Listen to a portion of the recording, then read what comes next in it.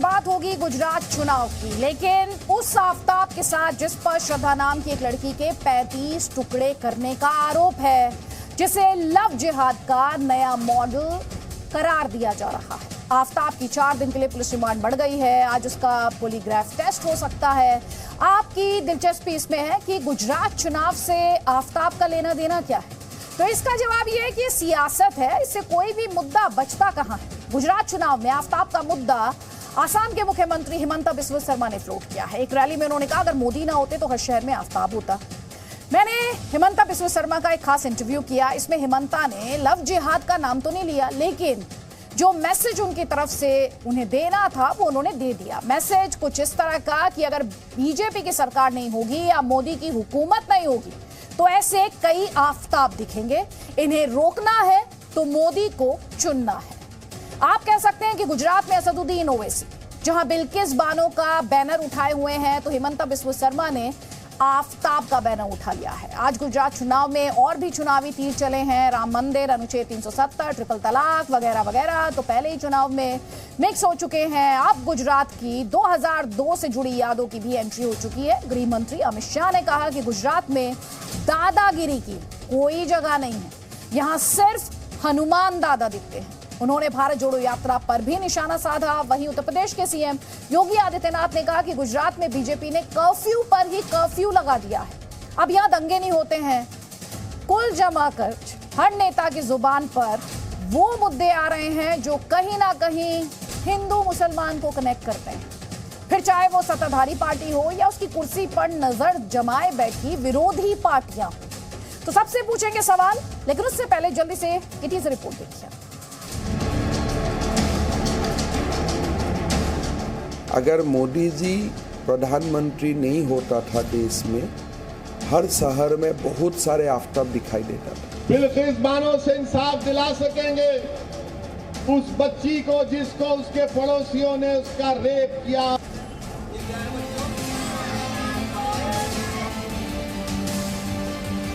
अब uniform civil code का एक झुंझुना दे दिए, तो यूनिफॉर्म सिविल कोड की जरूरत ही नहीं है भारत को। यूसीसी हो जाने से तमाम मुसलमान महिलाओं को बहुत दुखजनक हालत में है, उनसे मुक्ति हो जाएगा।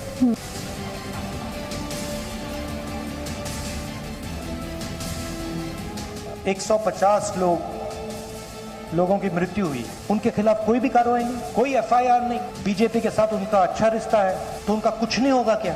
गुजरात की धरती का चमत्कार है, श्री नरेंद्र भाई मोदी जी भी गुजरात की धरती की माटी की देन है।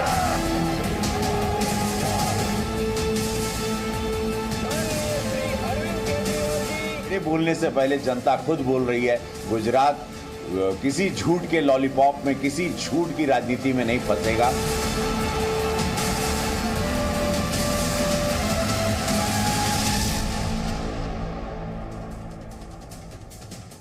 तो जब हर पार्टी, अभी बहस में आप देखेंगे हर पार्टी विकास की बात करेगी, तो हर पार्टी विकास की बात करती है, विकास पर दावे करती है, और फिर वो विकास के मुद्दे पर क्यों नहीं टिकी रह पाती, कायम क्यों नहीं रह पाती। ऐसा क्यों होता है कि चुनाव आसपास आते ही, जैसे जैसे नजदीक आता है चुनाव, धर्म का झंडा विकास के झंडे से ऊपर जाता दिखाई देता है। और ऐसा किसी एक पार्टी के साथ नहीं है, लगभग हर पार्टी को ये सूट भी करता है। क्या सभी को ये लगता है कि धार्मिक पिच पर या धर्म की पिच पर खेलेंगे तो वोटर या वोट तेजी से बनेंगे और बहुत सारे बनेंगे? आज की बहस में हम आपको असदुद्दीन ओवैसी और हिमंता बिस्वा शर्मा का उनके बयानों से लेकर आमना सामना भी कराएंगे। लेकिन उससे पहले जो आज की हमारी बड़ी बहस है, उसमें बड़ा सवाल यही है कि क्या बिना धर्म के चुनाव गर्म नहीं होते हैं? गुजरात में क्या आफताब पर वोट पड़ेगा? बिल्किस पर क्या वोट का बंटवारा होगा? धर्म का दाव, क्या ये चुनाव विकास के मुद्दे से भटक गया है? और धर्म पर वोट से चोट किसे होती है? ये वो सवाल है जिन्हें हम उठाएंगे। हमारे साथ जपन पाठक है, सीनियर जर्नलिस्ट है। जल्दी से एक कमेंट में उन्हीं का ले लेती हूँ कि बहस में आप आगे भी देखेंगे जपन जी, और अभी डिस्कशन में आप सुनेंगे कैसे एक से बढ़कर एक विकास की बातें और विकास के दावे किए जाते हैं, लेकिन जब पॉलिटिकल पिच की या नैरेटिव की बात की जाती है इलेक्शंस में, तो वो धर्म के इर्द गिर्द ही आती दिखाई दे रही है गुजरात में भी इस वक्त। जी, हम देख रहे हैं कि एक तो सिद्धपुर के कांग्रेस के एमएलए और कैंडिडेट जो है चंदन सिंह, उनका बयान आया मुसलमानों को संबोधित कर रहे थे। वहां पे है मुस्लिम वोटर्स काफी सारे, और उसमें उन्होंने ये हिंदू मुस्लिम वाली बात की है, मुस्लिम की सिक्योरिटी की, मुस्लिम की फेवर की, और अगर भाजपा की भाषा में कहे तो मुस्लिम के अपीजमेंट की बात उन्होंने वहां पे की है। एक और भी यहाँ इंद्र विजय सिंह करके एक एमएलए है मऊधा के कांग्रेस के, उनका भी एक वीडियो आया है। हालांकि उन्होंने कहा है कि 2017 का वीडियो है, लेकिन उसमें भी ये बात है कि भाई दवाखाना, पब्लिक क्लिनिक वो मुस्लिम इलाके में हिंदू इलाके में से ले जाने की बात, ऐसा कुछ वहां पे है। तो ये 2 वीडियो इस बार यहाँ पे आए हैं। एक इलीगल एंक्रोचमेंट बेट द्वारका में हटाए गए, जिसको आज अमित भाई शाह ने नकली मजार कहा है, फेक मजार। तो वहां पे बेट द्वारका एक सुरक्षा की दृष्टि से भी महत्व का आइलैंड है, और वहां पे काफी सारी मजार बन गई थी गवर्नमेंट के लैंड पे। तो वहां पे उनको ध्वस्त किया गया है, लेकिन उसको भी हिंदू मुस्लिम चश्मे से देखा जा रहा है, हालांकि थे इलीगल कंस्ट्रक्शंस।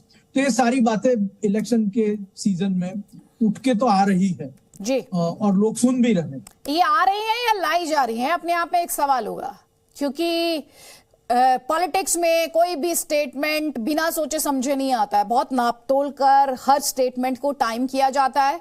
और यूनिफॉर्म सिविल कोड को लेकर थोड़ी देर पहले आप हेमंत बिस्वा शर्मा का रिएक्शन सुन रहे थे हमारी टीजर रिपोर्ट में।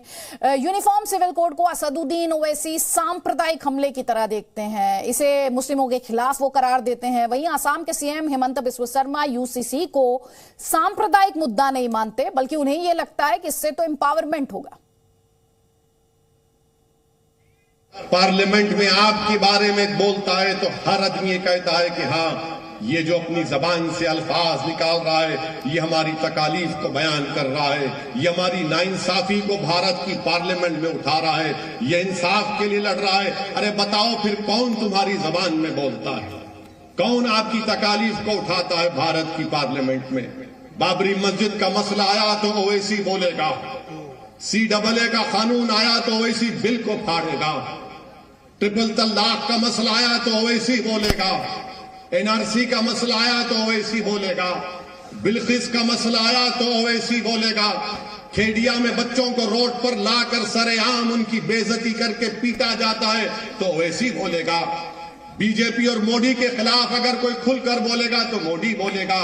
मेरे अजीज दोस्तों और बुजुर्गों, सुनो मेरी इस बात को, जब सब खामोश बैठते हैं हम पुकार पुकार कर लड़ते हैं। समाज में अगर महिलाओं की व्हाट्सएप में आप तलाक दे सकता है, उनका खिलाफ बोलना हिंदू मुसलमान नहीं होता। It is called empowerment of women. अगर आप बोलते हैं कि आपका जो भी घर में बेटी है उनको बेटा का समान प्रॉपर्टी में अधिकार होना चाहिए। अगर आप एक व्यक्ति है तो आप 2-2, 3-3 शादी मत करवाओ। It's called women empowerment. ये कोई UCC is not a communal issues. It is related to women empowerment. वही कोई अगर इंग्लैंड ब्रिटिश पार्लियामेंट का कोई मेंबर आके बात बोलेगा तो अखबार इसको एम्पावरमेंट का नाम देगा। हमें बोलता हो तो बोलता है कम्युनल इश्यूज है। तो कई खास मेहमान हमारे साथ कांग्रेस पार्टी का पक्ष रखने के लिए रोहन गुप्ता हमारे साथ हैं, सैयद असीम वकार AIMIM का पक्ष रखने के लिए हमारे साथ हैं। आप दोनों का बहुत बहुत स्वागत है। रोहन गुप्ता, भी आपने सुना क्या करे थे हेमंत बिस्वा शर्मा, लेकिन कुल मिलाकर जो पूरा नैरेटिव, जो पूरी पिच सेट होती दिखाई दे रही है, वो ऐसा लग रहा है कि लड़ाई जो है वो इर्द गिर्द घूमेगी किसके? धर्म के। UCC, CAA, NRC, ये सब बातें हो रही हैं, राम मंदिर, आर्टिकल 370। अदिति जी, चुनाव गुजरात का है। चुनाव है कि गुजरात की जनता को 5 साल में क्या मिला। चुनाव इस बात का है कि जो भाजपा की 27 साल से गुजरात में सरकार है उसने क्या किया। चुनाव इस मामले का है कि संकल्प पत्र जो भाजपा ने 5 साल पहले जारी किया था उसके अंदर कितने मुद्दे हुए। चुनाव इस बात का है कि जो मोरबी जैसे हादसे हो रहे हैं या जिस प्रकार से जहरीली शराब पी के 75 लोग मर गए, उनके साथ न्याय हुआ कि नहीं हुआ, चुनाव उस मुद्दों का है। तो अदिति जी, जब चुनाव पहले ये कहा जाता था कि कांग्रेस कहीं पे नहीं है, कांग्रेस का प्रचार ये है, अब जैसे जैसे चुनाव आ रहा है, जिस प्रकार से हम देख रहे हैं, ये मुद्दे क्यों आ रहे हैं? जब भी भाजपा को लगता है कि अब हार होने वाली है, ये चुनाव आ जाते हैं। ये बात कहा जा रहा था भाजपा द्वारा कि हम तो विकास के मुद्दे पे चुनाव लड़ रहे हैं। फिर ये मुद्दे क्यों आ रहे हैं? क्योंकि इनकी मजबूरी है। जब तक इन मुद्दे को चुनाव को लेके नहीं जाएंगे भाजपा की हार तय है। पर इस बार गुजरात की जनता ने अपना मन बना लिया है आदित्य जी। और आज की जनता आज भी भाजपा सरकार को पूछ रही है कि मोरबी के जो हत्यारे हैं वो खुले क्यों घूम रहे हैं। आज भी ये सवाल पूछ रही है कि जो 22 पेपर लीक हुए हैं गुजरात में, क्यों कोई कार्रवाई नहीं हुई। आज भी ये सवाल पूछ रही है कि लाखों करोड़ों का जो ड्रग्स पकड़ा गया है, आज उसके लोग क्यों खुले घूम रहे हैं। आज भी गुजरात की जनता ये सवाल पूछ रही है कि जो भ्रष्टाचार के मामले में पूरे देश में गुजरात 6ठे नंबर पे चला गया, वो क्यों हो गया है। आज भी गुजरात की जनता ये सवाल पूछ रही है कि 3.5 लाख करोड़ का कर्ज जो गुजरात के ऊपर भाजपा राज में हुआ है वो क्यों हुआ है। महिला सुरक्षा के इशू है। सो काफी इशू है। इस बार भाजपा की सरकार गिर चुकी है। हर तरीके से हरकतें अपना ली है। मुद्दे यहाँ गुजरात की जनता और विकास के मुद्दे पे ही इस बार जनता ने वोट डालने का मन बना लिया। ठीक है, आप कह रहे हैं विकास पर जनता वोट डालेगी। Do we have Zafar Islam?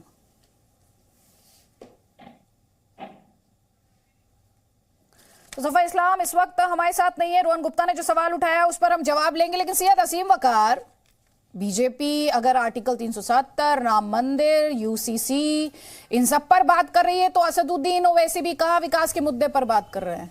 उन्हें भी कभी टोपी याद आ जाती है, कभी दाढ़ी की बात करते हैं, कभी मुसलमानों को टारगेट करने की बात करते हैं।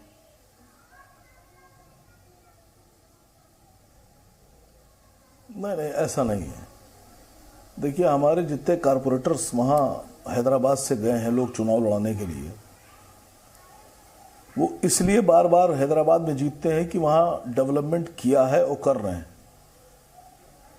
असद साहब डेवलपमेंट की बात करते हैं, असद साहब एजुकेशन की बात करते हैं, असद साहब लोगों की जाती तरक्की की बात करते हैं, उनके कारोबार की बात करते हैं। लेकिन भारतीय जनता पार्टी किसी भी चुनाव में कहीं भी, चाहे प्रधानमंत्री हो, गृह मंत्री जी हो, उत्तर प्रदेश के जो स्टार प्रचारक जी गए थे अभी हमारे जनाब मुख्यमंत्री जी, कोई भी सिर्फ हिंदू मुसलमान मंदिर मस्जिद ये कर देंगे, ये हटा देंगे, ये बदल देंगे, ये लगा देंगे, इसके अलावा कुछ भी ऐसा नहीं करते हैं जिससे लोगों के विकास की बात की जा सके। अगर कुछ करते हो तो मुझे बताइए कौन सी भाषण में उन्होंने डेवलपमेंट की बात की, कौन से भाषण में उन्होंने लोगों के रोजगार की बात की। झूठ बुलवा लीजिए आप। बेहतरीन टॉप क्लास के जो हमारे देश में लोग हैं वो आदी हो गए झूठ सुनने के। अगर उनसे बीजेपी के लोग ये कह दें कि हम गुजरात में 50 लाख लोगों को नौकरियां देंगे हर साल, तो आदमी गारंटी से इस बात पे यकीन कर लेगा कि नौकरियां 50 साल मिलेंगी ही नहीं। 50 लाख तो छोड़ दीजिए।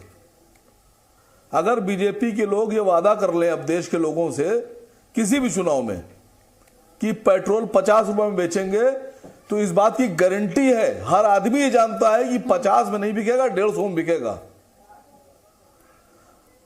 अगर बीजेपी के लोग ये लोगों से वादा करना शुरू कर दें कि टैक्स जो है वो घटाकर आधे कर दिए जाएंगे। मैंने आपसे सवाल पूछा उसका तो आपने जवाब नहीं दिया मुझे अभी तक। भाई असदुद्दीन ओवैसी इन मुद्दों पर कितने वोकल है? भाई देखिए, असदुद्दीन ओवैसी क्या कह रहे हैं? यूसीसी को वो लगातार करार देते हैं कि एंटी मुस्लिम है। हेमंता बिस्वा शर्मा कहते हैं कि इससे मुसलमान महिलाओं का एम्पावरमेंट होगा। ये बातें हो रही हैं ना इस वक्त। हेमंत बिस्वा शर्मा राजनीतिक तौर पर मैं समझता हूं वो नासमझ आदमी है। हेमंत बिस्वा शर्मा से ज्यादा नाकाबिल आदमी कोई है ही नहीं। सर, आप निजी टीका टिप्पणी के बदले मुद्दे पे बात कर ले तो बेहतर होगा, किसी को सर्टिफिकेट देने के बदले। That too someone elected by the public. जो मैं बोल रहा हूं, हाँ मैडम आप नाराज मत हुआ कीजिए। नहीं, मैं नाराज नहीं हो रही हूं। बहुत गरीब आदमी हूं, बहुत छोटा नेता हूं। सर, ये इस तरह की हिस्ट्रियोनिक्स में जाने की नाराज जरूरत होती नहीं हैं। इस तरह के हिस्ट्रियोनिक्स में जाने की जरूरत नहीं। मैं तो आपसे तथ्य में पूछ रही थी, आपने कहा बहुत नासमझ है। तो भाई आप अब हिमंता बिस्वा शर्मा जिस कुर्सी पे बैठे हैं वहां तो जनता ने पहुंचाया उन्हें ना, तो यानी जनता को आप कह रहे हैं कि वो नासमझ है? जनता ने नहीं पहुंचाया उन्हें। अच्छा, कैसे पहुंच गए फिर? नहीं, जनता ने उनको सिर्फ विधायक बनाया है। जनता ने उनको विधायक बनाया है बीजेपी के टिकट पर। हाँ, कुर्सी पे बिठाया है उनको भारतीय जनता पार्टी की जो उनकी कमेटी है सेंट्रल की। अच्छा, देखिए मैं आपको बताऊं, मैं वाकई में बहुत गरीब आदमी हूं, छोटा नेता हूं। आप जरा सा चिल्लाने लगती है, मैं सर आपको चिल्लाना कहां से सुनाई देता? आपसे काउंटर क्वेश्चन पूछ लो तो आपको लगता है चिल्लाने लग गए। तो सर फिर तो थोड़ा सा समझ का दायरा बढ़ाना पड़ेगा ना सर। आप नहीं सैयद असीम वकार, फिर समझ का दायरा थोड़ा सा और बढ़ाना पड़ेगा, क्योंकि काउंटर क्वेश्चन तो होगा। डिबेट में आए ना आप, भाषण के मंच पर आए नहीं आप, वाद विवाद के लिए आपको बुलाया जी न्यूज पर। अच्छा आप छोड़िए ना आपने शुरुआत की थी, मैं तो सिर्फ जवाब दे रही हूँ आपको, मैं तो सिर्फ आपको बता रही हूँ, चीजें क्लियर कर रही हूँ। अच्छा सुनिए तो। हाँ तब से सुन ही रही हूँ। अच्छा सुनिए तो, अगर बीजेपी से अभी प्रधानमंत्री नरेंद्र मोदी जी ये भाषण दे दें कि गुजरात के लोगों को पेट्रोल 40 रुपए में मिलेगा, तो आप यकीन मानिएगा, आप भी हंसिएगा, आपको भी यकीन नहीं आएगा।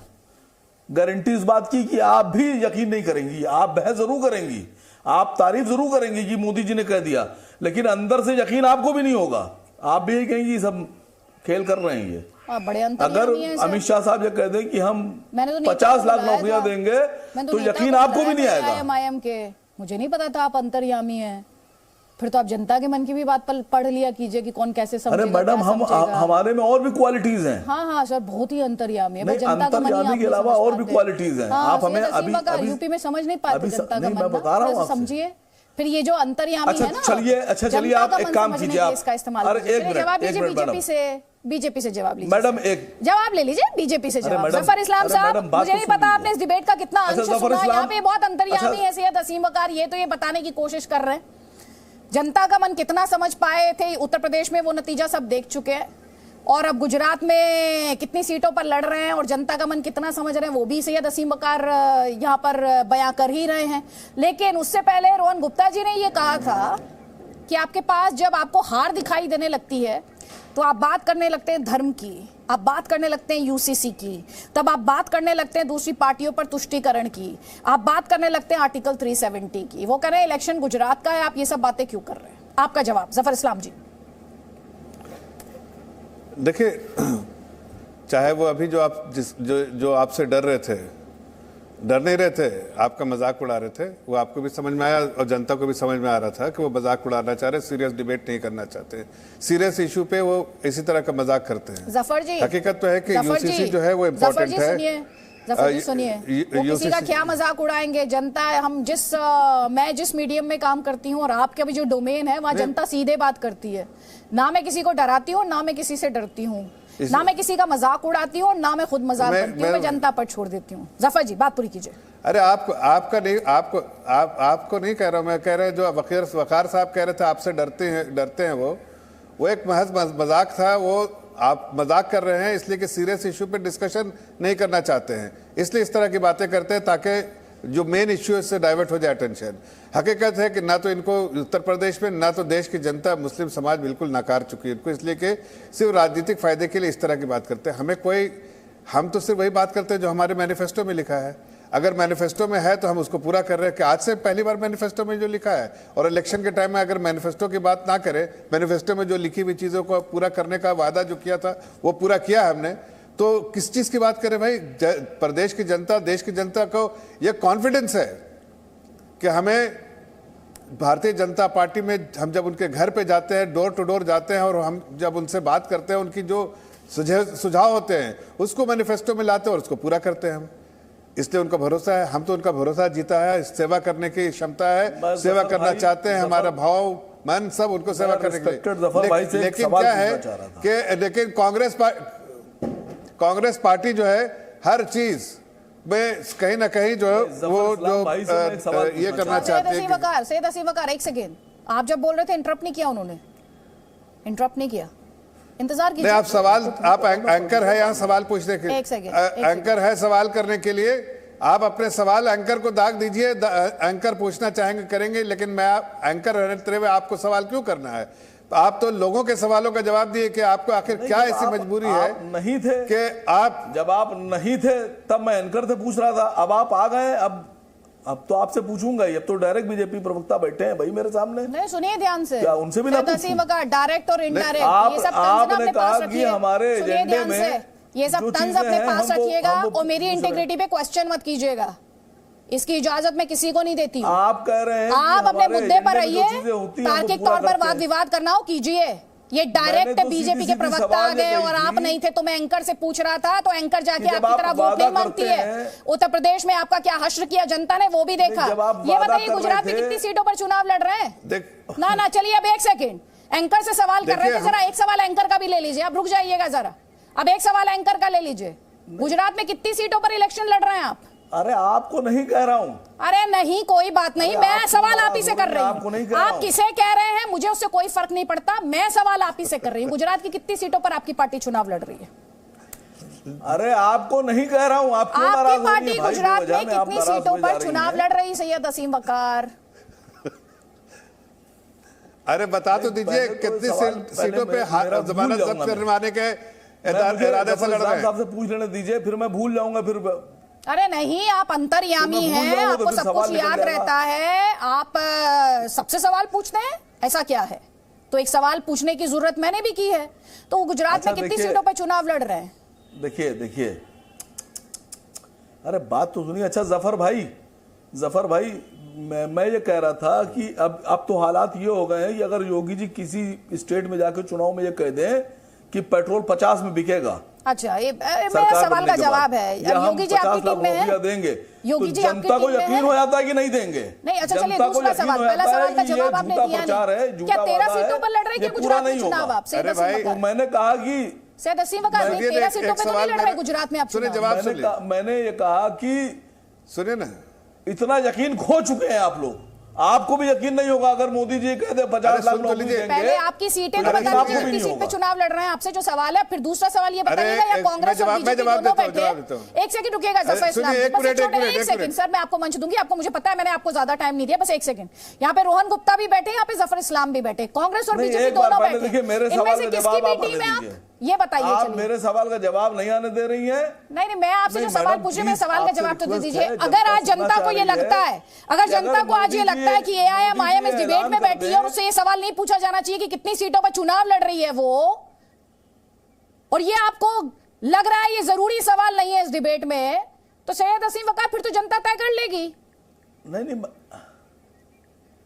उस हिसाब से जितनी सीटों पर आप चुनाव लड़ रहे हैं ना इस वक्त, पिछले 15 मिनट में कहीं ज्यादा रोहन गुप्ता से ज्यादा, जफर इस्लाम से ज्यादा एयर टाइम आपको मिला है सर। और अब इन दोनों को तय करने दीजिए कि ये आपको कौन सी बी टीम मानते हैं। पहले जफर इस्लाम का जवाब, उसके बाद रोहन गुप्ता का जवाब, जल्दी प्लीज। चलिए देखिए, मैं तो ये कह रहा था कि इनके पास जब कुछ मुद्दा नहीं रह जाता है तो इस तरह की बातें जो मुद्दे से भागते हैं। भाई, हमने अपने मैनिफेस्टो के बारे में कहा है, मैनिफेस्टो को इम्प्लीमेंट करते हैं, और आप ये सवाल का जवाब नहीं दे पा रहे कि कितने इसमें सीटों में जमानत जब्त करने के लिए आप अपनी लड़ रहे हैं। इसलिए कि लड़ने का तो आपको शौक है, लड़ने का शौक नहीं है कि इलेक्शन लड़ना, आपको मुस्लिम समाज को गुमराह करने का शौक है, मुस्लिम समाज को कटघरे में खड़ने का शौक है, मुस्लिम समाज के ठेकेदार बनने का शौक है। जबकि मुस्लिम समाज आपको जो है नाकार चुकी है, फिर भी आप ठेकेदार बनने जा रहे हैं। हकीकत तो है कि आज एक ही पार्टी पर भरोसा, जो आप बोल रहे हैं ना भरोसा नहीं है, अगर इस देश में अगर एक पार्टी पे भरोसा किसी देश की जनता को है तो भारतीय जनता पार्टी को है। और इसीलिए देखिए, मैं आज आपके साथ कह रहा हूं, चाहे हिमाचल का इलेक्शन हो, चाहे गुजरात का इलेक्शन हो, हर जगह आप देखेंगे कि प्रचंड बहुमत से भारतीय जनता पार्टी जीतेगी। ठीक है, अब जवाब ले लीजिए जफर इस्लाम जी, जवाब ले लीजिए। रोहन गुप्ता से जवाब ले लीजिए। रोहन गुप्ता, जनता के नहीं, इतना खाली जनता के बीच में जाके जनता के लिए सेवा किया है, इसलिए जनता का विश्वास है, आशीर्वाद है, जनता हमें आशीर्वाद दे रही है। उनके बिना आशीर्वाद के आगे नहीं बढ़ सकते, मुझे मालूम है। जनता को जी, मैं एक सवाल पूछ लूं, क्योंकि 27 साल से वहां पे पावर में है। मैं अभी उनका 2017 का संकल्प पत्र, एक भी मुद्दा अगर पूरा हो, मैं चैलेंज के साथ डिबेट करने को तैयार हूं। उसमें कहा था कि किसानों की जो आय है वो दुगनी होगी। उसमें कहा था कि गुजरात में अंतरराष्ट्रीय स्तरीय यूनिवर्सिटी की स्थापना करेंगे। उसमें कहा था कि हम महिला जो सुरक्षा है उसके बारे में कुछ करेंगे। करीब जो वादे हैं अदिति जी, एक भी वादा पूरा नहीं हुआ है। दूसरी बात, अभी तक जो पार्टी सत्ता में है उसकी गुजरात में सिर्फ 10-12 दिन चुनाव के बचे हुए हैं, आज तक मैनिफेस्टो डिक्लेयर करने की हिम्मत नहीं हुई है, क्योंकि उनके पास कोई विजन ही नहीं है। क्योंकि अदिति जी, इनको मालूम है कि चुनाव जैसे ही पास में आता है, जमीनी हकीकत सामने आती है। आज एंटी इनकम्बेंसी इतनी ज्यादा स्ट्रांग है, जनता को जवाब देना पड़ेगा। इसलिए जो मुद्दे गुजरात की जनता के लिए मायने नहीं रखते हैं, उन मुद्दे को ये लोग चुनाव लेके जाना चाह रहे हैं। पर गुजरात की जनता ने तय किया है कि इस बार जो 27 साल का कुशासन है, उसमें 5 साल पहले जो वादे किए थे, जिसमें से एक भी वादा इन्होंने पूरा नहीं किया, उसके ऊपर सवाल पूछेंगे। और आने वाले दिनों में जो उनका एजेंडा ही नहीं है, कांग्रेस तो 8 वचन लेके जनता के बीच में कब की चलेगी, गुजरात की जनता के बीच में आज तक ये अपना मैनिफेस्टो क्यों बाहर लेके नहीं पाए? जफर इस्लाम को वो सवाल का जवाब ले लीजिए जफर इस्लाम। देखिए जी, हमने जो वादा किया था वो पूरा किया। आज जितना भी महिलाओं के बारे में जिस तरह की बातें होती थी, आज ज़रा महिलाओं से ही जाके पूछ लीजिए। कांग्रेस पार्टी को महिलाओं के बीच में जाना चाहिए और उनकी सुरक्षा कौन सी पार्टी होती है ने सबसे ज़्यादा उनकी सुरक्षा पे ध्यान दिया है। उनको जो क्राइम रोकने के लिए जो एक सेंटर बनाया है वो हर जिला में कार्यरत है और उससे जो है 18,000 ऐसे महिलाएं जिनको उससे लाभ मिला है। दूसरी बात कि हमने जो भी वादे किए थे महिलाओं के प्रति वो पूरा किया है। लेकिन जरा कांग्रेस का इतिहास उठा के देखिए ना, कांग्रेस ने महिलाओं के लिए क्या। आप अभी कह रहे थे किसानों के लिए, अरे किसानों के लिए तो हमने किया है, किसानों के लिए तो हमने किया है। 57 लाख किसानों को सम्मान, गुजरात के स्टेट में 57 लाख किसानों को जो प्रधानमंत्री सम्मान निधि से हमने उनको के द्वारा हमने उनके अकाउंटों में पैसा डाला है। आपने क्या किया था? आपने तो उनको सिर्फ मजबूर किया कि आत्महत्या करे। हमने कहा ना कि सिर्फ गुजरात स्टेट में 57 लाख गुजरात में ही 57 लाख जो है किसानों के अकाउंट में पैसा डाला है सम्मान निधि द्वारा। और लेकिन कांग्रेस का आरोप ये है, रोहन गुप्ता का आरोप ये है आप पर, जफर इस्लाम जी, आपकी पार्टी पर, कि आपने जो वादे किए थे, जो आपका मैनिफेस्टो था, आपने उसमें जो बातें मेंशन्ड हैं, जो वादे मेंशन्ड हैं, वो पूरे नहीं किए। खैर, एक और बयान है जिसका मैं जिक्र इस वक्त करना चाहती हूँ। असम के सीएम का ही वो बयान है जिसमें उन्होंने ये कहा कि अगर मोदी नहीं होते तो हर शहर में आफताब होते। आपका एक स्टेटमेंट है, आपने कहा कि मोदी जी को जिताना जरूरी है क्योंकि अगर वो नहीं जीते तो हर शहर में आफताब पैदा होगा। मैं वो नहीं जीते ये सब मैं नहीं बोला, इसलिए मैं मान के चलता हूं मोदी जी ही जीतेगा। लेकिन in absence of Modi ji, आज का जो समय है, जो कालखंड में हम लोग है, अगर मोदी जी प्रधानमंत्री नहीं होता था देश में, हर शहर में बहुत सारे आफताब दिखाई देता था। कैसे? वो हो ही रहा है। अब यूपी में देखो, असम में देखो, कितना आफताब है, लेकिन धीरे धीरे कम होते जा रहे, धीरे धीरे अभी कम होते जा रहे और कम हो जाएगा। और यूसीसी पर भी लगातार वार पलटवार हो रहा है। भाजपा ने कहा कि हम गुजरात में यूनिफॉर्म सिविल कोड लेकर आएंगे। क्यों लाएंगे यूनिफॉर्म सिविल कोड? ताकि आपकी तहजीब को, आपकी शनाख्त को, आपकी हर चीज को खत्म करके रख दिया जाए। अगर आपकी कोई चीज जिंदा आपको रखती है तो आपकी तहजीब। यूसीसी हो जाने से तमाम मुसलमान महिलाओं को हु आर अंडर एक प्रकार में बहुत दुखजनक हालत में है, उनसे मुक्ति हो जाएगा। और एट द सेम टाइम मैं ये भी बोलता हूं कि हिंदू समाज में भी जो परंपरा है, through which women are seen as a not as powerful as man, वो भी खत्म होना चाहिए। हमें कोई यूसीसी का बात बोलने का मतलब we are not anti Muslim, we are just pro women. हलाल गोश्त खतरा है, मुसलमान की दाढ़ी खतरा है, मुसलमान की टोपी खतरा है, मुसलमान का खाना पीना उड़ना बिछोना उनको खतरा है।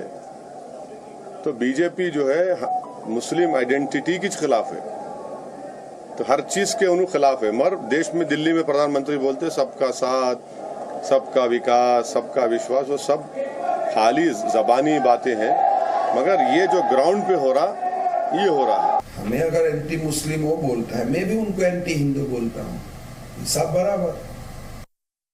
आप बुलडोजर का इस्तेमाल करके थालियां और वाहवाह हासिल कर सकते हैं, मगर देश बुलडोजर से नहीं चलेगा। देश चलेगा तो संविधान से चलेगा, देश चलेगा तो रूल ऑफ लॉ से चलेगा, देश चलेगा तो प्रिंसिपल्स ऑफ नेचुरल जस्टिस से चलेगा। कोई प्रदेश का मुख्यमंत्री अपने आप को चीफ जस्टिस का रोल या चीफ जस्टिस बनकर फैसले नहीं दे सकता। ये हमको फर्क महसूस करने की जरूरत है।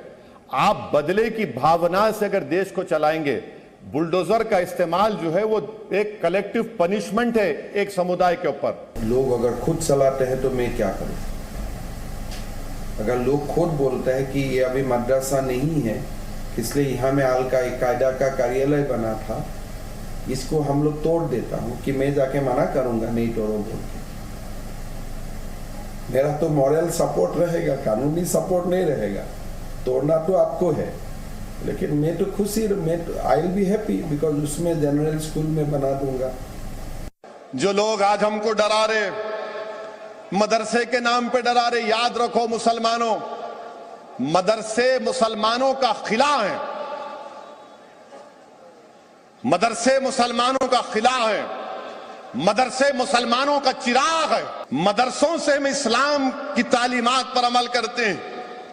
यही मदरसों से हाफिज कुरान निकलता है जो कुरान पढ़ाता है। इन्हीं मदरसों से इमाम निकलता है जो हमको अच्छे और बुरे की तमीज पैदा करवाता है। इन्हीं मदरसों से मौज़्ज़म निकलते हैं जो अज़ान देता है। इन्हीं मदरसों से मुफ्ती निकलते हैं जो फतवा देते हैं। इन्हीं मदरसों से मुहद्दिस निकलते हैं, फुक़हा निकलते हैं, इस्लाम की तालीमात देने के लिए, अच्छे और बुरे की तमीज पैदा करने के लिए कि जिहाद में और फसाद में फर्क क्या है। मैं मदरसा को आतंकवाद का घाटी है ये मैं नहीं मानता। इसलिए हर मदरसा अगर आतंक का घाटी होता था तब तो देश में बहुत बड़ा गड़बड़ी हो सकता था। हाँ, एक micro number of madrasas teachers are involved in various anti-India activity. These are well documented. But मेरा जो मदरसा से जो मेरा प्रॉब्लम है, वो प्रॉब्लम नॉट बिकॉज ये कोई टेरर का घाटी है, मैं वो नहीं मानता हूँ। मैं ये मानता हूँ कि जब एक लड़का को आप मदरसा में डालते हो in the beginning of his life, तब उनका डॉक्टर बनने का, इंजीनियर बनने का, साइंटिस्ट बनने का रास्ता बंद हो जाता है। And that happen without his consent. इसलिए आप 6 साल में डाल देते हो, उनका तो कोई कंसेंट दिया नहीं जाता है, तो आप 16 साल तक आप इसको मत डालिए मदरसा में। After you have become mature, अगर आपको लगे मैं इस्लाम को सीखना है, आप जाइए।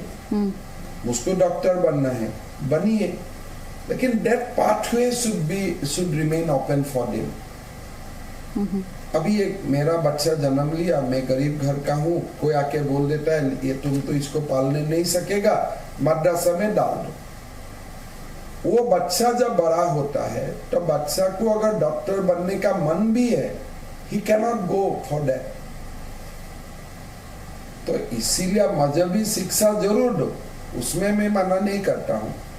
We are not against Islam, लेकिन when a व्यक्ति matured होता है, then he can decide for himself। और तब मुझको कुछ बोलने का अधिकार नहीं है। If a matured, if a adult takes a call, तो मैं क्यों आपत्ति करूंगा? तो रोहन गुप्ता, ये पूरा इलेक्शन हो रहा है विकास पर, फिर ये बातें क्यों हो रही हैं? आफ्ताब, मदरसा, यूसीसी, जिसे लेकर तो हर ओपोनेंट बीजेपी का ये कह रहा है कि इसकी टाइमिंग इंपॉर्टेंट है, लेकिन बीजेपी कह रही है तो हमारा कोर एजेंडा है। थोड़ी देर पहले जफर इस्लाम ने यही कहा था कि हम ये सारे मुद्दे इसलिए उठा रहे हैं क्योंकि हमारे मैनिफेस्टो का हिस्सा है। मैनिफेस्टो का हिस्सा है तो गुजरात चुनाव में क्यों? आपका सेंट्रल का, ये तो सेंट्रल पॉलिसी के अंदर आएगा। दूसरी बात, करीब मैं 15 मिनट से अदिति जी ये सब डिस्कशन सुन रहा हूँ, कहीं पे भी गुजरात की आपको नाम सुनाई दिया? आप हिंदू मुसलमान ये वो कब तक यह करते रहेंगे? कब तक गुजरात की जनता को गुमराह करेंगे? और ये ओवैसी की पार्टी जो है, आपने एक सवाल पूछा कितनी जगह चुनाव लड़ रहे हैं, वो उतनी जगह चुनाव लड़ रहे हैं जहां पे मुसलमान है? अगर आप बोलते हैं कि आप राष्ट्रीय पार्टी हैं और आपका अगर एजेंडा भारतीयों के लिए, तो आप सबका चुनाव लड़िए। क्यों? ये बीजेपी के एजेंडा को कहीं ना कहीं सपोर्ट कर रहे हैं। और अदिति जी, अहमदाबाद में एक जगह पे जब ओवैसी जी की पार्टी ने विड्रॉ किया कैंडिडेट में, तब उन्होंने कहा कि जैसे ही मैं कैंडिडेट कहा, बीजेपी के लोग मुझे अप्रोच करने लगे और मुझे फिर लगा कि कहीं ना कहीं ये जो मैं हथियार बन रहा हूं कांग्रेस को हराने के लिए, और इसीलिए मैं AIMIM को छोड़ के कांग्रेस में आ रहा हूं। उसने विड्रॉ कर लिया अहमदाबाद की बापूनगर सीट में। क्यों? देखिए अदिति जी, आपकी जो डिबेट चल रही है उसमें हमने देखा, आपने करीब 15 मिनट तक आपने 2 बाइट्स दिखाए। कहीं पे भी विकास का मुद्दा नहीं है, कहीं पे भी मोरबी का मुद्दा नहीं है, कहीं पे भी जो 75 लोग मर गए जहरीली शराब में, वो मुद्दे नहीं है, पेपर लीक का मुद्दा नहीं है, ड्रग्स का मुद्दा नहीं है, बेरोजगारी का मुद्दा नहीं है, गरीबी का मुद्दा नहीं है, महिला सुरक्षा का मुद्दा नहीं है, किसानों का मुद्दा नहीं है। तो मुद्दे कहां पे है? मुद्दे तो ये है, यही गुजरात चाह रहा है कि आपने जो सरकार को चुना 27 साल तक, ये लोग बोलते डबल इंजन। कहां पे है डबल इंजन? एक भी इंजन इनका चल नहीं रहा है गुजरात में। और इसी कारण गुजरात की जनता ने जब मन बना लिया है परिवर्तन का, तब इनकी एंट्री होती है इनकी बी टीम की। क्यों मालूम है कि अब जब तक हिंदू मुसलमान नहीं होगा, गुजरात की जनता इनको माफ नहीं करने वाली। जवाब ले लीजिए, आप दोनों से जवाब लीजिए। आप कह रहे हैं AIMIM इनकी बी टीम है। जफर इस्लाम, पहले आपका जवाब। आपने AIMIM की एंट्री कराई है और उसके बाद सैयद असीम वकार। जल्दी जल्दी, पहले जफर इस्लाम जी।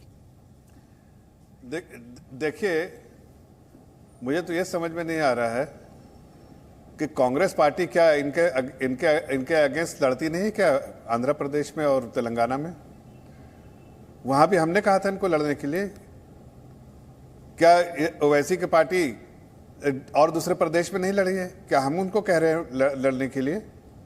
अरे भाई, लड़ना उनका काम है। वो खुद कहते हैं कि पॉलिटिकल पार्टी है, कॉन्स्टिट्यूशन इनको इजाजत देता है लड़ने का। तो आप रोक सकते हैं तो रोक लिया, आप अलायंस कर लीजिए उनके साथ। आपको ऐसा लगता है तो आप उनके साथ अलायंस कर लीजिए। क्यों नहीं अलायंस कर लेते हैं? अगर आपकी लाइक माइंडेड पार्टी है तो अलायंस कर लीजिए। हमने कब उनको रोका है या आपको रोका है? आप कर लीजिए अलायंस। नहीं, वो तो कह रहे हैं आपकी अलायंस है। वो तो कह रहे हैं जफर इस्लाम जी, अभी आपने सुना नहीं, वो तो ये कह रहे हैं आपका इनके साथ अघोषित अलायंस है। वो ये आरोप आप पर लगा रहे हैं। प्रीपोल मेरे इसलिए कह रहा हूं ना कि हमारा क्या भाई, वो इलेक्शन लड़ना चाहते हैं तो हम क्या रोकने वाले हैं? मैं कांग्रेस को भी रोक दूं फिर तो इलेक्शन में? नहीं, फिर अगर आप कह रहे हैं तो कांग्रेस को भी हम रोक देते हैं इलेक्शन में, बाकी पार्टियों को भी रोक देते हैं इलेक्शन में। अरे भाई, सबको इजाजत है, कॉन्स्टिट्यूशन देता है इजाजत लड़ने का। अगर आपको उनसे दिक्कत है कि भाई वो लड़ रहे हैं, आपको उससे नुकसान होगा, तो आप उनके साथ अलायंस कर लिए। हम थोड़ी हमारे साथ कोई अलायंस है? क्या हमारे कोई जानने वाले हैं?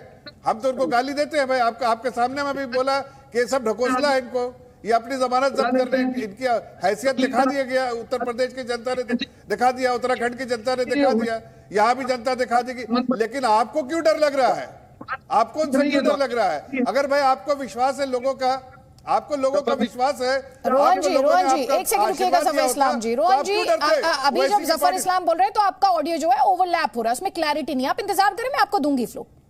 आप इंतजार करें, उनका जवाब पूरा हो जाए फिर मैं आपको मंच दूंगी। जफर इस्लाम जी,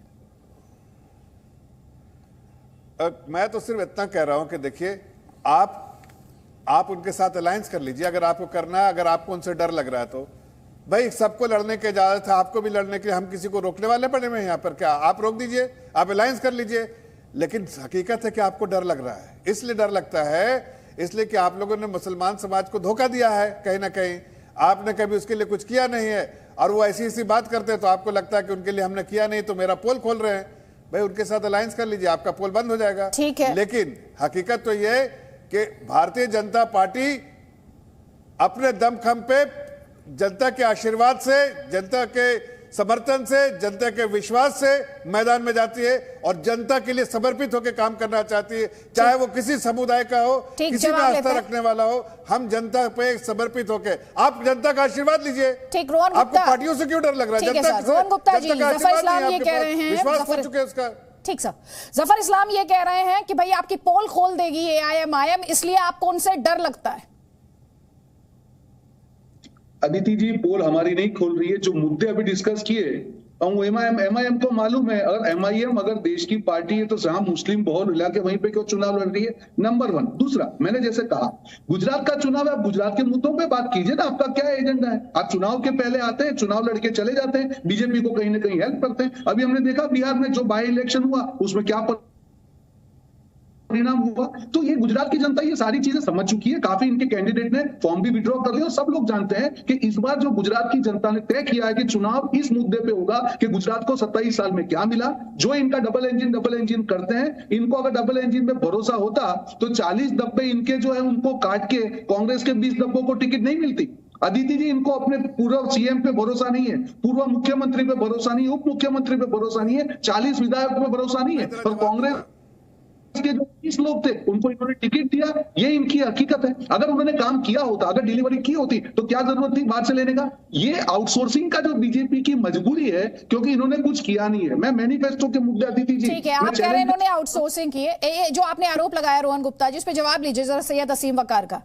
आपने सुना, ये कह रहे हैं आप आते हैं, चुनाव लड़ते हैं और फिर चले जाते हैं, गायब हो जाते हैं। आप जाते हैं बीजेपी की मदद करने के लिए, ये आरोप आप पर कांग्रेस पार्टी लगा रही है। और साथ ही आपने सुन लिया होगा उन्होंने ये भी आरोप लगाया बीजेपी की बी टीम है।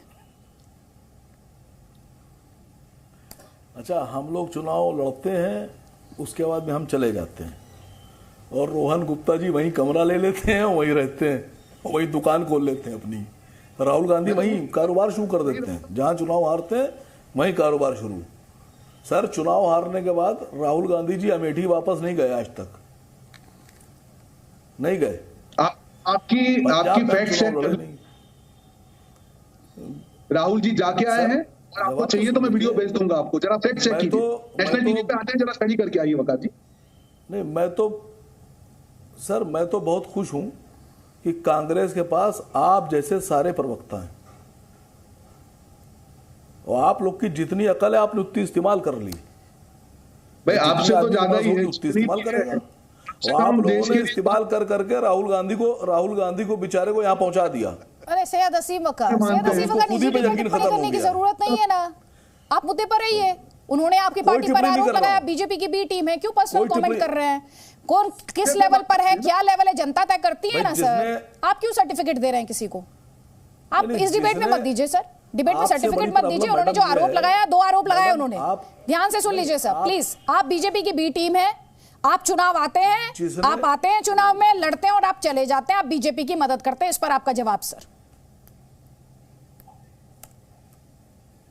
अब आप ही बोल लीजिए मैडम, मैं इस तरह की थोड़ा सा अवॉइड करता हूं। हाँ सर, आप पर्सनल अगर किसी पर अटैक करेंगे तो उसकी इजाजत मैं नहीं दे सकती हूँ सर। आपसे जो सवाल है, सवाल का जवाब दीजिए आप सर। आप चलिए और बोलिए, मैंने अपना टाइम दिया आपको। सर आपको जवाब देना है सैयद असीम वकार? नहीं देना है सर, हिस्ट्रोनिक्स के लिए मेरे पास टाइम नहीं है। आपके पास सवाल का जवाब नहीं है या तो नहीं, मैं आपको टाइम दे रहा हूं। नहीं, मुझे आपके टाइम की जरूरत नहीं है, यहाँ मैं टाइम देती हूँ गेस्ट को। गेस्ट मुझे टाइम नहीं देते हैं, अपने ही शो में मेहमान नहीं हूं मैं, ठीक है? देखिए, आपसे जो सवाल है उस सवाल का जवाब दे दीजिए। बात की गंभीरता को समझिए, और कम से कम अच्छी बात जब हो रहा हो तो सुनने की कोशिश क्या कीजिए। बहुत नहीं बोला जाता है मैडम, थोड़ा सुना भी जाता है। अब बहस हो रही है, आपने सामने रहने का बीजेपी एजेंट है, ये है वो है, कहलवा दिया आपने। तो जिसने कहा है, रोहन गुप्ता मेरे कहने से बोलते हैं, उसी को तो मैं कह रोहन गुप्ता मेरे कहने से बोलते हैं, कांग्रेस पार्टी के प्रवक्ता हैं कि अदिति त्यागी के प्रवक्ता हैं? अपनी पार्टी की तरफ से उन्होंने आरोप लगाया, जवाब दीजिए ना सर आप। मैं तो रोहन गुप्ता से बात कर रहा था, जवाब देने दीजिए। 27 साल हो गए भारतीय जनता पार्टी को कांग्रेस हरा नहीं पा रही है। काबिलियत का अंदाजा लगाइए आप लोग अपनी, मतलब सोचिए कि कितने काबिल हैं आप लोग कि आप हर इलेक्शन में एक नया वजह ढूंढ लेते हैं। आप अपने को खुद को बेवकूफ बना रहे हैं। आप लोग किसको बना रहे हैं मुझे नहीं पता, आपको रीजन ही नहीं पता है कि आप पीछे क्यों जा रहे हैं। और जब तक आपको वजह पता नहीं चलेगी तब तक आप पीछे जाते रहेंगे और आखिर में नाले में गिर जाएंगे। आप वजह समझिए कि आप बीजेपी को क्यों नहीं हरा पा रहे हैं। एजेंडा क्या है? मैंने जो सवाल पूछा उसका जवाब दीजिए। और राहुल जी को भी समझाइए और उनको बताइए कि हम कि रोहन गुप्ता जी कहिए उनसे कि हम लोग पे यकीन ना कीजिए, आप रणनीति बनाइए अच्छे लोगों के साथ। आपका मुकाबला भारतीय जनता पार्टी से है तो भारतीय जनता पार्टी से टक्कर लीजिए। मजलिस-ए-इत्तेहादुल मुस्लिमीन 14 सीट पे चुनाव लड़ रही है, आप लड़ रहे हैं 182 सीट पर, तो 14 सीट पे लड़ने वाला 182 सीट आप कैसे हरा देगा आपको? आप पहले ही हार मान चुके हैं, आपने सरेंडर कर दिया। 14 सीट वाले से आप हार के आपने बीजेपी को सरकार दे दी, आप यहां रो रहे हैं बैठकर। आपको शर्म आना चाहिए कि मैंने आपको समझाया ये बात कि हम सिर्फ 14 पे लड़ रहे हैं, आप 182 पे लड़ रहे हैं। की बात कर रहे हैं, इसलिए तो आप सुनिए सर, सुनिए और सुनिए, हम जितनी जीतेंगे। अगर आपसे पूछूंगी 13-14 सीटों पर चुनाव लड़कर आप सरकार बनाने जा रहे हैं, बनवाने जा रहे हैं, किसे नुकसान पहुंचाने जा रहे हैं, लेकिन इसी बीच असम के सीएम हिमंता बिस्वा शर्मा गुजरात में के धनसरा में पार्टी का चुनाव प्रचार कर रहे हैं। एक बार फिर से उनका स्टेटमेंट है यूसीसी पर, कहा BJP UCC uniform civil code लाने के लिए प्रतिबद्ध है। सुनिए। एक व्यक्ति है, कोई बात नहीं, 2-2, 3-3, 4-4 शादियों कर लेता है। भाई क्यों आप शादी करेगा 3-3? आप क्यों शादी करेगा 4-4? देश में अगर हिंदू एक शादी करता है तो बाकी धर्म का लोग भी एक ही शादी करना पड़ेगा। अब कैसा 2-2, 3-3 शादी करेगा? इसीलिए आज हमें ये बोल रहा हूं कि देश को यूनिफॉर्म सिविल कोड चाहिए, महिलाओं का सम्मान होना चाहिए। अगर घर में एक बेटा है और एक बेटी है, बेटा का भी जो अधिकार है बेटी को भी वो अधिकार मिलना चाहिए। अगर एक पुरुष है, एक महिला को आप शादी कीजिए, 2-2, 3 महिलाओं को आप शादी मत कीजिए। आज हमें देश को यूनिफॉर्म सिविल कोड चाहिए, वो भी कौन ला सकेगा? खाली बीजेपी ही ला सकेगा, कांग्रेस वाला लोग कभी ये नहीं लाएगा। इसलिए अभी कांग्रेस कभी नारियों का सम्मान नहीं किया था और आगे भी जाके सम्मान नहीं करेगा। एक सप्ताह पहले एक आफ्ताब नाम का लड़का ने हमारा मुंबई से श्रद्धा नाम का एक लड़की को शादी करने का थोड़ा सा जो भी बात करे हम तुमको शादी करेगा ऐसे बोल के दिल्ली लेके गया। शादी तो नहीं हुआ, उनको कैसे मारा, 35 पीस किया, एक ही लड़की को 35 टुकड़ा किया। और क्या किया जानते हैं?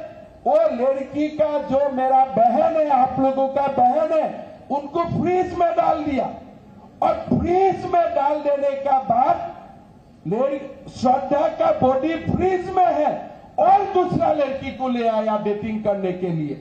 फिर किसी ने, पुलिस ने इसको पूछा, भाई आप खाली हिंदू लड़की क्यों लाते हैं?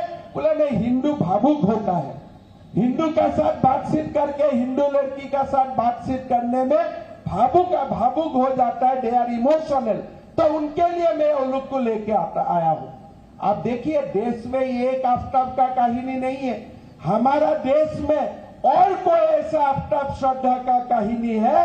आज देश को लाभ जिहाद का खिलाफ सख्त से सख्त कानून का जरूरत है और ये काम कौन कर सकता है? खाली भारतीय जनता पार्टी कर सकता है और कोई दूसरा कोई पार्टी नहीं कर सकता है। तो आसाम के सीएम हिमंता बिस्वा शर्मा गुजरात में बोलते हुए यूसीसी और साथ ही लव जिहाद के खिलाफ एक सख्त कानून की बात करते हुए।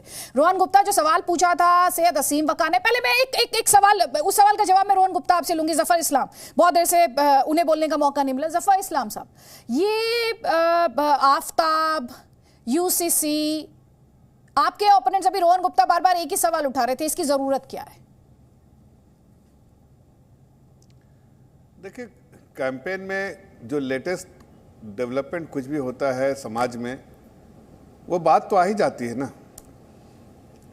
अब यूसीसी तो हमारे पार्ट का है, इसका मैनिफेस्टो का पार्ट है। हमारी पार्टी के ने बार बार इस बारे में कहा है कि यूसीसी लेकर आएंगे, कमेटी बनाया है, यूसीसी रिकमेंडेशन होगा उसका, उसमें कोई हम दो मत नहीं। हमने जो भी वायदे किए, आप देखिए, अगर किसी एक पार्टी को उस कैटेगरी में खड़ा कीजिए तो सिर्फ भारतीय जनता पार्टी ऐसी आएगी जिसने मैनिफेस्टो में जो वादा किया है वो वादा पूरा करने की हर तरह की कोशिश भी करती है और करती भी है। ज़फर इस्लाम अब जहां तक आफ्ताब के बारे में है, जी जी जी, वही मेरा सवाल था कि यूसीसी तो आपका कोर एजेंडा है, सुनिए, लेकिन आफ्ताब का जिक्र क्यों, वही मेरा सवाल था जी। आफ्ताब पूनावाला जो है, अब ये उसकी जितनी भी निंदा कीजिए समाज में वो कम है, इसलिए कि पूनावाला जो है वो ऐसे घोर जो क्राइम किया है तो उसको उसकी निंदा की जाए तो क्या गलत है? समाज के हर वर्ग को करना चाहिए।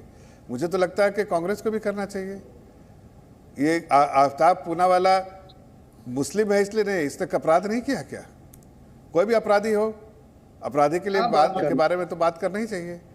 अगर आप घोर इस तरह के जो निंदा करनी चाहिए, लेकिन आप नहीं कर रहे हैं। आपको लग रहा है कि आपके जो विरोधी हैं वो ये कह रहे हैं निंदा नहीं कर रहे हैं समाज, आप इस मुद्दे को उठा रहे हैं। ये केस, इसमें अभी इन्वेस्टिगेशन चल रही है, अभी अदालत को इस पर फैसला सुनाना है।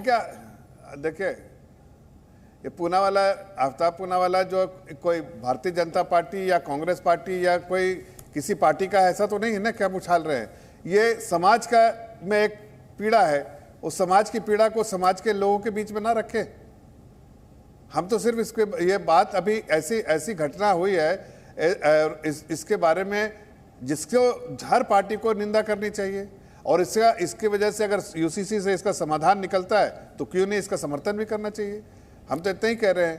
और कोई हमने पहली बार यूसीसी के बारे में तो बात की नहीं, यूसीसी के बारे में बार बार बात की है।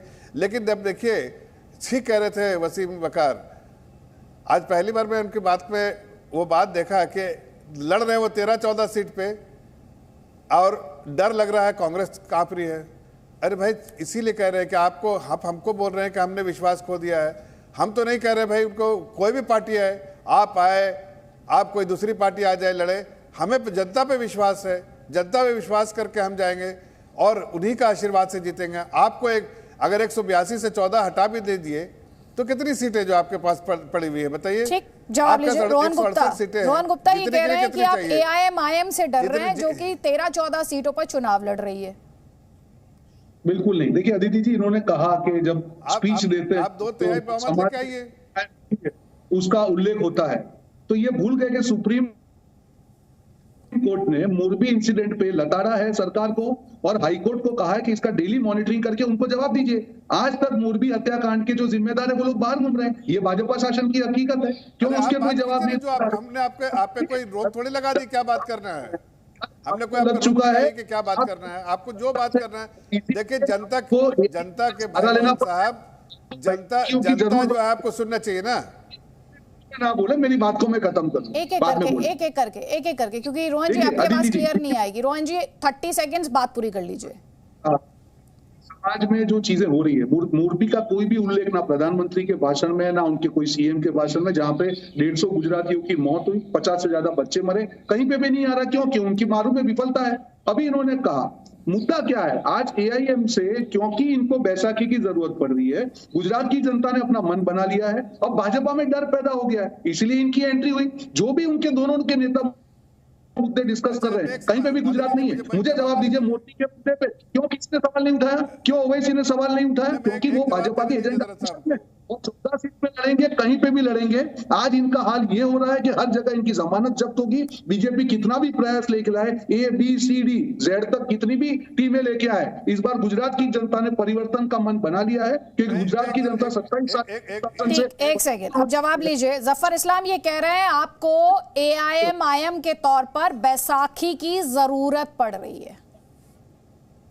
असदुद्दीन ओवैसी मोरबी पर उस तरह से आक्रामक क्यों दिखाई नहीं दिए? सवाल रोहन गुप्ता का है, जैसे वो दूसरे मुद्दों पर दिखाई। मैं एक जवाब देता हूं, मैं एक जवाब देता हूं। चलिए, ये मूर्ख जैसे कोई मूर्ख ही ऐसी बात करेगा, इसलिए फिर भी कह रहा हूं कि मैं, चलिए एक बार को मूर्ख मान लीजिए मुझे, मैं उसके बावजूद बात कर रहा हूं कि भाई ठीक है, चलो आप 14 सीटें जहां MIM लड़ रही है, चलो आपको लगता है कि बीजेपी जीत जाएगी वहां पर। 168 सीटों में तो आपको विश्वास है जनता का, आप 168 जीत जाइए। अरे कुछ नहीं तो कम से कम मेजॉरिटी जीत जाइए। आप तो ऐसा बात कर रहे हैं जैसे कि आपको पूरे प्रदेश की जनता का विश्वास प्राप्त है। आप डर क्यों रहे हैं? मैदान से भागने की कोशिश क्यों कर रहे हैं? भाई 14 में हो रही है ना, बाग 168 जीतो। CC आ रहा है, क्यों ये सब मुद्दे आ रहे हैं? गुजरात की जनता की बात कीजिए। आपको पता है अरे गुजरात की जनता की बात अगर करते हैं तो आप कहते हैं, मैं तो कह रहा हूँ कि मुझे गुजरात की जनता पे पूरा विश्वास है, इसलिए मैं कोई पार्टी की लड़े, मुझे जनता पे विश्वास है, जनता के समर्थन पे विश्वास है, हमें जनता के आशीर्वाद पे विश्वास है। इसलिए हम कह रहे हैं कि चाहे आप लड़े, एआईएम लड़े, कांग्रेस लड़े, कोई पार्टी लड़े, हमें कोई फर्क नहीं पड़ता, इसलिए कि हम जनता के बीच में जाके जनता की बात कर रहे हैं। लेकिन आपको चिंता हो रही है एआईएम की, चिंता हो रही है आपकी, इसलिए कि आपको परेशानी है। अपने मैं आपको देता हूं में जरा अपने को इंटरेस्टमेंट कीजिए, देखिए आप पे क्या कमी है। रोहन जी, आपकी आवाज में ना क्लैरिटी नहीं है। एक सेकेंड रोहन जी, जफर इस्लाम जी, मैं आपसे भी रिक्वेस्ट करूं जब वो बोले आप प्लीज ना बोलें, क्योंकि उनकी आवाज में क्लैरिटी नहीं आती है। मैं तो बोल रहा था, आपने मुझे समय दिया बोलने के लिए। जी जी जी, अब उनकी बात आप सुने, बीच में इंटरप्ट ना करें आप, ठीक है? अब उनकी बात पूरी सुने, क्योंकि ऑडियो में प्रॉब्लम आ रही है। जफर इस्लाम जी, उनकी आवाज ना क्लियरली जा नहीं पा रही है, ठीक है? जनता को क्लैरिटी मिले। आप सुनिए, अब रोहन गुप्ता की आवाज सुनिए। देखिए मुद्दा यहाँ पे क्या है, इन्होंने कहा 14 सीट पे जो भी लड़े, आम आदमी ने भी बहुत हवा क्रिएट की थी, और आज जनता को मालूम है क्या हाल हो गया। एआईएम आए वहां पे, एजेंडा लेके आए कि 14 सीट पे लड़ेंगे, हमको कोई फर्क नहीं पड़ता, जो भी सीट पे वो लोग लड़ रहे हैं वहां पे हम बहुत ज्यादा मेजोरिटी से जीतने वाले हैं। मुद्दा मैं सिर्फ ये कहना चाह रहा हूं अदिति जी कि नैरेटिव जो चेंज करने का प्रयास हो रहा है, वो एआईएम की बात हो या भाजपा, वो नहीं हो पाएगा। जनता ने मन बना लिया है। आज रिपोर्ट कार्ड अगर हम लेके देखते हैं कि उन्होंने क्या काम किया, उनके पास कोई जवाब नहीं। और अदिति जी सारे मुद्दे जाने दीजिए, मोरबी जैसा एक हत्याकांड होता है, आप असंवेदनशीलता की हद देखिए। सुप्रीम कोर्ट इनको कहता है कि एक्शन लीजिए, आज तक जो जिम्मेदार है कॉन्ट्रैक्टर आज बाहर घूम रहा है, आज तक जो कॉर्पोरेशन के अधिकारी वो बाहर घूम रहे हैं। कौन से मुद्दे से ये गुजरात की जनता के सामने जाके प्रचार कर रहे हैं? नहीं कर पाएंगे। जनता ने देख लिया, इनका असली चेहरा देख लिया, शराब कांड में भी देख लिया। आप 27 साल से जनता ने आपके भरोसा दिया, और इनका स्लोगन है भरोसे की सरकार। कौन सा भरोसा? ये सरकार है। लेकिन यहाँ पर डरने की बात हो रही है। सैयद असीम वकारिया, हर कोई एक दूसरे पर डरने का आरोप लगा रहा है। ये कह रहे हैं, रोहन गुप्ता कह रहे हैं कि आप बीजेपी की बैसाखी हैं, और बीजेपी कह रही है कि कांग्रेस पार्टी आपसे डर रही है, जबकि आप 13-14 सीटों पर ही चुनाव मैदान में है, और आप कह रहे हैं आप सबको डरा रहे हैं।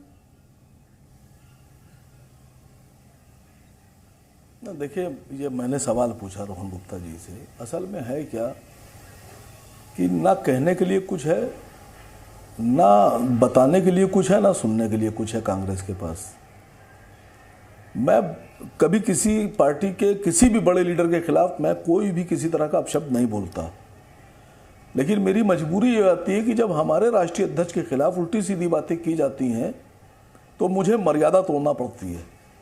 वो तोड़ना नहीं चाहता मैं मर्यादा। जितनी पार्टी के, चाहे वो बीजेपी के लीडर्स हों, आरएसएस के हों, शिवसेना के हों, कांग्रेस के हों, ये सब सम्मानित है। सुनिए सर, हम सिर्फ एजेंडा की बात कर रहे हैं। सर बात तो सुन लीजिए, बात तो सुनिए सर। हमने कहा ना हमारे लिए सब सम्मानित है, मैं कभी नहीं बोलता किसी के खिलाफ, लेकिन मेरी मर्यादा समझिए आप कि जब आप हमारे लीडर्स को कहेंगे, मैंने आपसे सीधी सी बात कही। अब मैं दूसरी बात पूछता हूं आपको, एमआईएम सिर्फ 14 सीट पे चुनाव लड़ रही है। इस 14 सीट में आप कौन कौन सी सीटें हार रहे हैं एमआईएम से? एमआईएम आपको कहां कहां हरा रही है बताइए जरा, एक बार बोलिए, मैं सुनने के लिए बैठा हुआ हूं। लिस्ट जारी कीजिए। एक भी नहीं। और कितने कैंडिडेट ने फॉर्म वापस ले लिया वो जरा चेक कर लीजिए। आपके लोगों से फोन करके पूछ लीजिए। आपको लगता है कि आप सब जीत रहे हैं? नहीं तो जब आपको लगता है, अरे सुनिए सर, जब आपको लगता है आप सब जीते ले रहे हैं तो आप इतना रोक क्यों रहे हैं? यहां वादा कीजिए कि सरकार बनाएंगे आप बिल्कुल सरकार रोक क्यों रहे हैं? कांग्रेस पार्टी की आप अपनी बात पे टिकाऊ नहीं है। आपको समझ में नहीं आ रहा क्या बोले क्या नहीं बोले। सर मैं फिर आपसे कह रहा हूं, अपने मशवरेकार बदलिए, रणनीतिकार बदलिए। चलिए ठीक है, दो बयान अपने दर्शकों को यहाँ सुनवाते हैं। एक तरफ वो वैसे ही हैं जिन्हें बिल्किस बानो में वोट दिख रहा है, वहीं जवाब में बीजेपी को आफताब के तौर पर एक मुद्दा मिला है। दोनों ही बयान सुन लीजिए। उसी जालिम बानो की इज्जत लूटी, भाजपा की सरकार ने रिहा करवा दिया। बताओ भाजपा की सरकार, आप ऐसे छोड़ते हैं जो महिलाओं का बलात्कार करते हैं? कहां गई आपकी इंसानियत?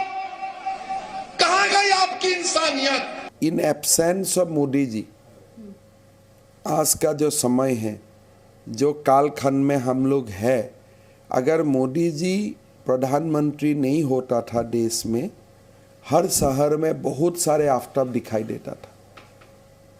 कैसे? वो हो ही रहा है। अब यूपी में देखो, असम में देखो, कितना आफ्ताब है, लेकिन धीरे धीरे कम होते जा रहा है। धीरे धीरे अभी कम होते जा रहे हैं और कम हो जाएगा। चलिए एक क्लोजिंग कमेंट, पहले रोहन गुप्ता, उसके बाद जफर इस्लाम, जल्दी जल्दी प्लीज। अदिति जी, मुद्दा यहाँ पे सिंपल है। गुजरात की जो जनता है उसने 27 साल का शासन देखा है, और मोरबी जो कांड हुआ है वो फाइनल नेल इन कॉफिन है बीजेपी के लिए। कितना भी प्रयास कर लेंगे, गुजरात की जनता का इन पे भरोसा नहीं आ सकता है। इसीलिए 40 टिकट इनको अपने नेताओं के काटने पड़े, और 20 कांग्रेसी जो यहाँ से छोड़ के गए उनको टिकट देना पड़ा। ठीक जवाब दीजिए जफर इस्लाम, 40 सेकंड्स। आखिरी 30 सेकंड। देखिए, मैं तो बड़े 10 शब्दों में ये बात कहूंगा कि अगर इनको वाकई जनता का समर्थन प्राप्त होता तो ये एआईएम जैसी छोटी मोटी पार्टी जिसके बारे में कोई देश प्रदेश की जनता फिक्र नहीं कर रही है, लेकिन फिक्र किसको हो रही है? कांग्रेस पार्टी को। उससे क्या समझ में आता है? 14 सीटों में लड़ने वाली पार्टी, उससे तो इतनी चिंता है। इसका मतलब कि जमीन में इनको बिल्कुल यहाँ की जनता ने फूला दिया है। 27 साल से ये पावर में नहीं है, और ये अब आगे आने वाले 27 साल में भी नहीं रहेंगे, इसलिए कि यहाँ पर जनता ने देखा है कि अगर विकास हो रहा है तो कांग्रेस पार्टी ने कभी किया नहीं, भाजपा ने। जल्दी से अगर 20 सेकंड्स यहाँ पर कर्फ्यू नहीं लगता है तो कांग्रेस पार्टी कर्फ्यू के लिए जाने जाती थी, आज कर्फ्यू नहीं लगता है। ठीक जवाब सैयद हसीम वकार, क्लोजिंग कमेंट 20 सेकंड प्लीज। देखिए, हमारी तमन्ना है कि भारतीय जनता पार्टी को गुजरात से हराया जाए। दूसरा वादा है कि हमारे जितने विधायक आएंगे, अगर बीजेपी की सरकार खुदा न खास्ता बने जाती है, कांग्रेस उनको नहीं हरा सकती, एमआईएम ही हरा सकती है, तो हमारे जितने विधायक आएंगे वो विपक्ष में बैठना पसंद करेंगे। अब कांग्रेस को या बाकी पार्टियों को तय करना है कि उनमें क्षमता है बीजेपी को हराने की कि नहीं है। अगर आपको लगता है कि आप बीजेपी को नहीं हरा सकते हैं तो आइए हमारे झंडे के नीचे आ जाइए, एमआईएम के झंडे के नीचे। रोहन गुप्ता जी, राहुल गांधी जी से कहिए खड़े हो जाए, आकर खड़े हो जाए हमारे झंडे के नीचे आकर। चलिए हम हराने की क्षमता रखते हैं, बीजेपी को। कौन किसके झंडे और बैनर के नीचे है, इसका फैसला करेगी जनता।